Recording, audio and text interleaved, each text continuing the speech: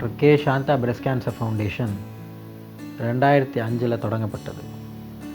It was started because my mother doctor K Shanta, who was a gynecologist, passed away in 1995 because of breast cancer.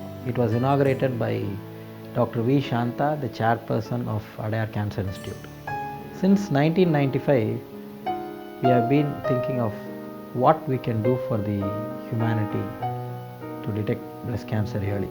That was the time few of my friends suggested that why don't you start a breast cancer foundation in memory of my mother. So start பண்ணப்ப 2005ல வெறும் awareness camps மட்டும்தான் நடத்திட்டு இருந்தோம்.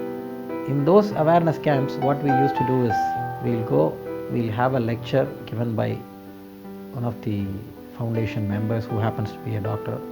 Most of the time it happens to be my wife, Dr. Hemamalini Govindraj. And அவங்க lecture முடிச்சதுக்கப்புறம் அங்கே இருக்கிற லேடிஸ்க்கு எல்லாருக்குமே physical examination of the breast பண்ணுவோம்.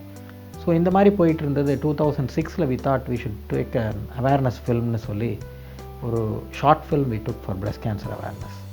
Then came this next stage where we wanted to do something concrete for the public where we can detect the breast cancer at the root level. இந்த மேமோ bus எப்படி கொண்டு வரணும்னு நினச்சேன்னா, one of the கான்ஃபரன்ஸஸ்க்கு கொரியாவுக்கு போயிருந்தேன் 2007ல் சியோலில். There I saw a mammo bus which was used by Johnson & Johnson.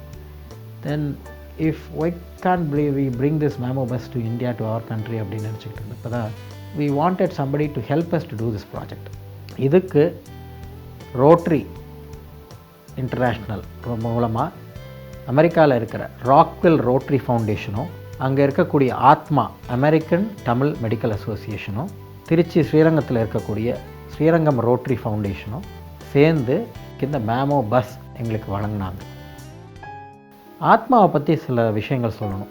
சமீப காலத்தில் America போயிருந்தப்போ அங்கே பார்த்தேன், ஆத்மான்ற அசோசியேஷனில் கிட்டத்தட்ட 1600க்கு மேற்பட்ட தமிழர்கள் அங்கே டாக்டர்களாக மெம்பர்ஸாக இருக்காங்க.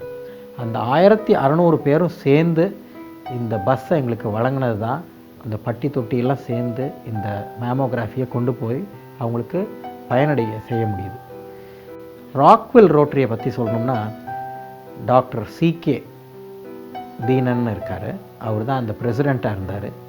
when he was the president, along with him there are so many people whom we don't know. அவங்க எல்லாரும் சேர்ந்து எங்களுக்காக ஒரு ஃபண்ட் ரைசர் அங்கே பண்ணாங்க.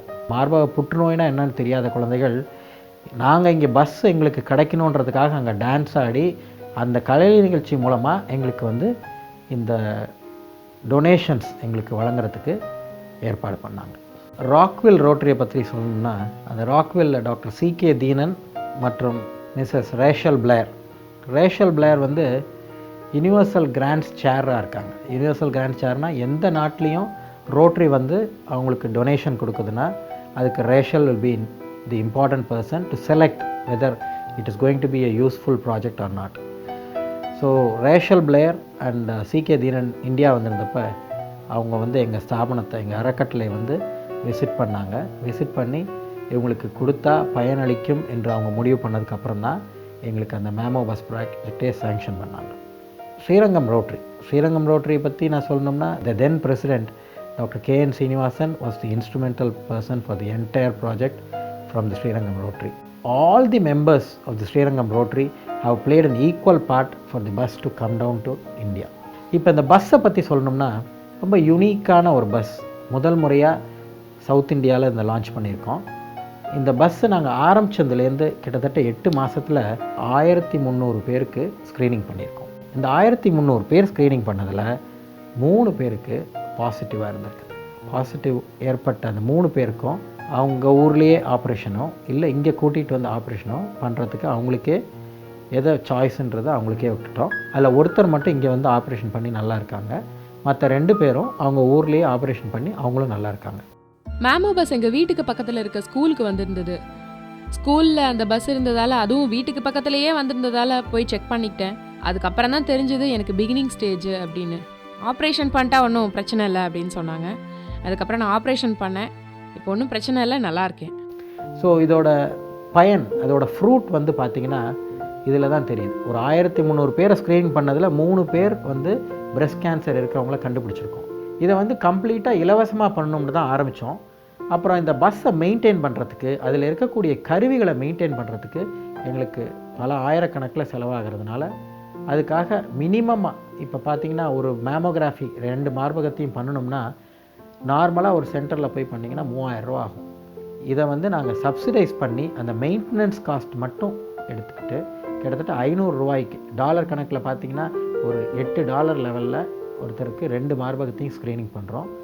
இதுதான் எங்களால் மேக்ஸிமம் பண்ணக்கூடியது. இதையும் நாங்கள் எவ்வளோ குறைக்கணுன்றதுக்காக ட்ரை பண்ணியிருக்கோம். இந்த மாதிரி ஒரு மேமோ பஸ் பத்தாது தமிழ்நாட்டுக்கு. இந்த மாதிரி ஒரு 100 மேமோ பஸ் இருந்தால் தான் தமிழ்நாடை ஃபுல்லாக நம்ம ஸ்க்ரீனிங் பண்ண முடியும். ஸோ நாங்கள் வந்து ஒரு முதல் எழுத்து எழுதியிருக்கோம். இனிமேல் இதே போல் பல ஆர்கனைசேஷன் இல்லை எங்களாலே முடிஞ்சதுன்னா இன்னும் பல பஸ்ஸுகள் கொண்டு வரணுன்றது விருப்பப்படுறோம். That is the purpose of having this mammo bus and taking it to the door step of தவர் people of Tamil Nadu and of the whole India.